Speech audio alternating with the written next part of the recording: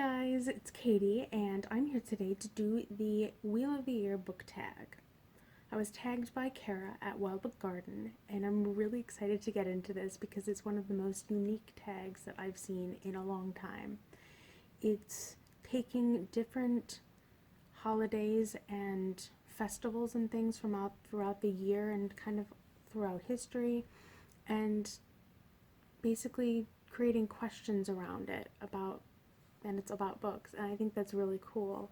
So there are 8 questions, and as I said, I'm really excited to get into this, so let's get started.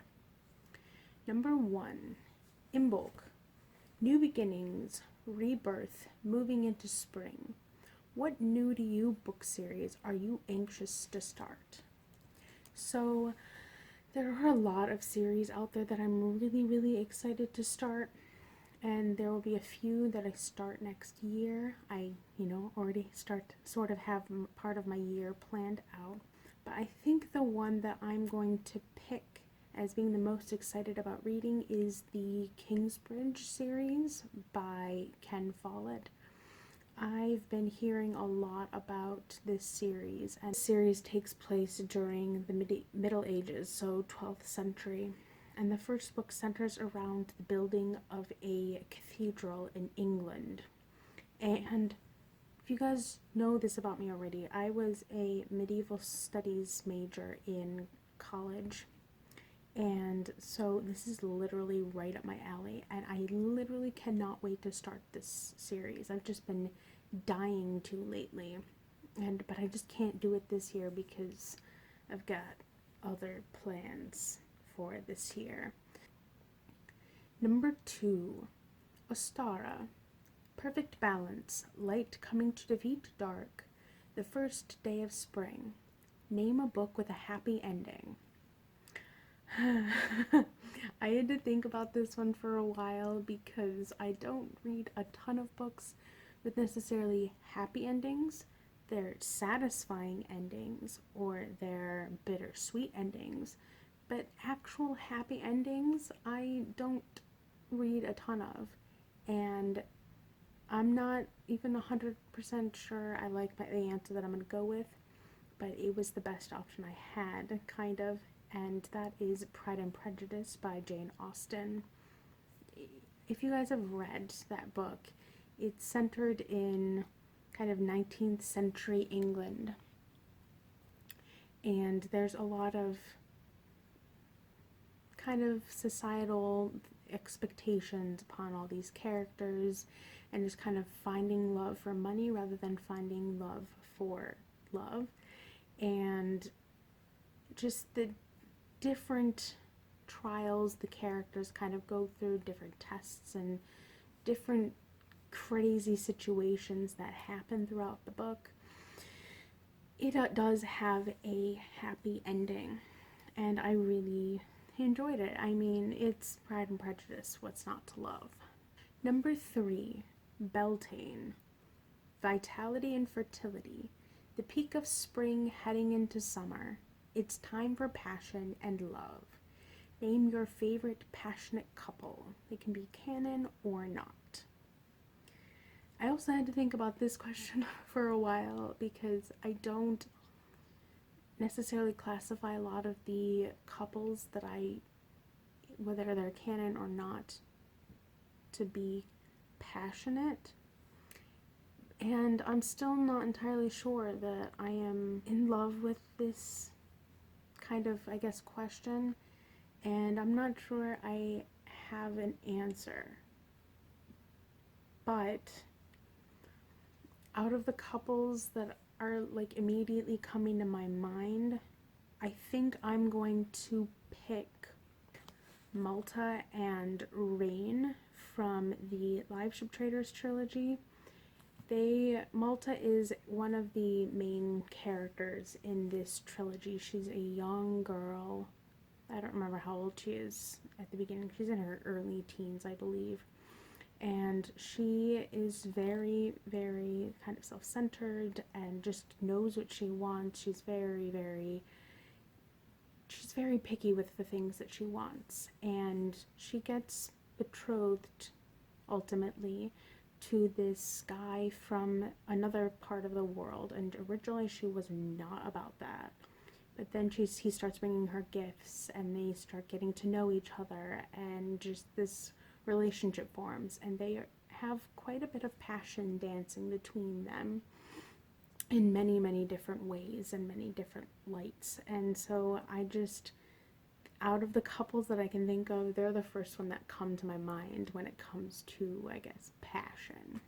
Number 4, Lithia. Longest day. The sun is in full power. Life is full, and it's time to celebrate before we begin the descent into dark of the wheel. What book or character makes you feel most ready to party? This one's easy. Pippin from The Lord of the Rings. Pippin is one of the younger hobbits that we get to deal with in these books, and he's just very much a party animal. He's always ready to get high. He's always ready to get drunk. He's always super energetic, and he's just the epitome of a puckish kind of character. And he's just ready to have a good time all the time until the end, but that's besides the point. He's just such a fun character, and he knows how to have a good time at a party. Number 5, Lammas. First harvest. Moving into autumn, the first grain is harvested. What tasty treat in a book would you love to be able to pull from the pages to eat? So this is a really difficult question because 95% of the books I read have all kinds of delicious things, whether it's honey cakes and apricot brandy from The Realm of the Elderlings, or lembas bread and wine and whiskey and roast chicken and just a wide variety of spreads from The Lord of the Rings, or treacle tart from Harry Potter. It's so difficult to pick just one thing to eat. In personality, I'm very much the Hufflepuff that loves to eat and try new things. So honestly, most things that I read in a book are appealing to me and are something that I'd want to try. So I don't know if I can just definitively pick one, but I've definitely named a few for you there.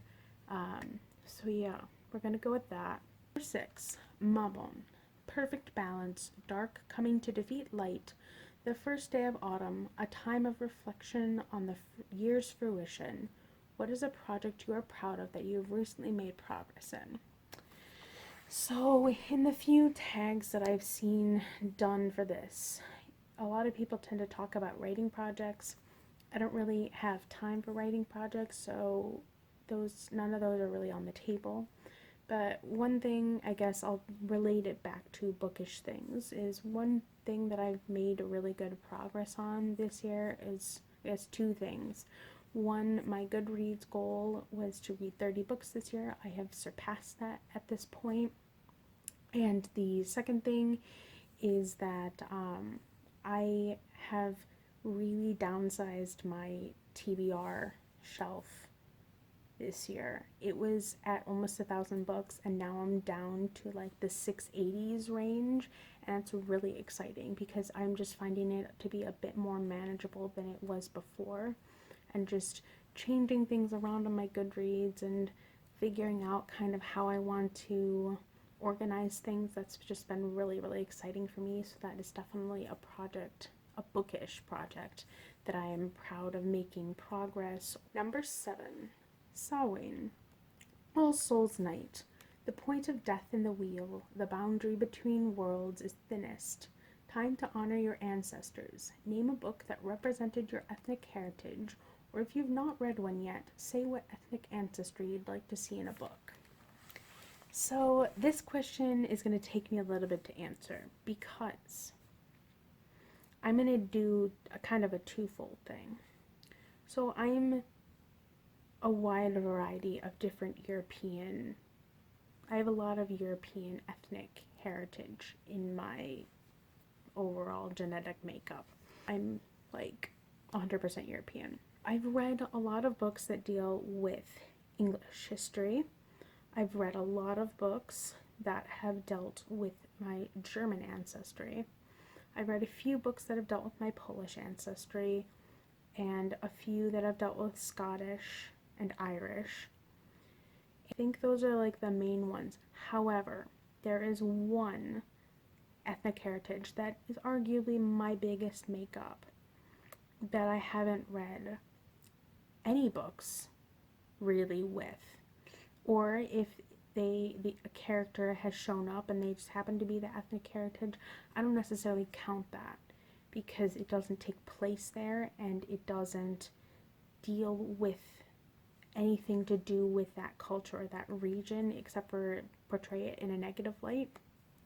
But I'd love to see more Slavic based books, particularly Slavic based like fantasy books, because I have some Russian ones, but that's not the same as Slavic, and some may argue that they're similar, and in some ways they are, but to see a solely Slavic book that is not portraying a person from there in a negative or evil light, I just think that could be a really, really cool thing to see, because I just don't see that right now.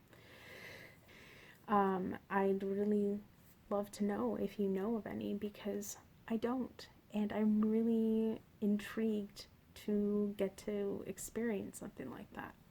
So that's my little spiel. Finally, 8. Yule. Deepest dark. Darkness is in peak, and we wait for the light to return. What book dealt with a very heavy topic, but ultimately relayed a message of hope?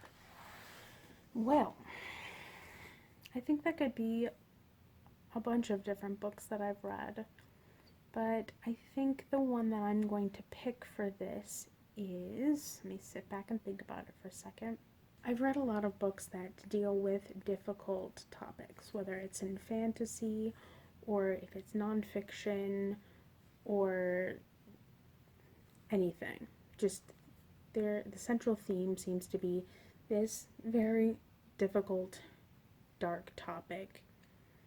But what I see less of is necessarily the hopeful thing. I see different ways to cope with things or different ways to process things. Name a couple of things. But Just Mercy, A Story of Redemption and Mercy by Bryan Stevenson is a good option, I think. And that's all about death row in the United States and the jailing system and just dealing with minorities and how a lot of people get put away for crimes that they didn't commit, kind of a thing. And it just walks you through a bunch of different things, but they're talking about how DNA evidence has become really, really useful to help identify actual people who did things. So I guess that's one.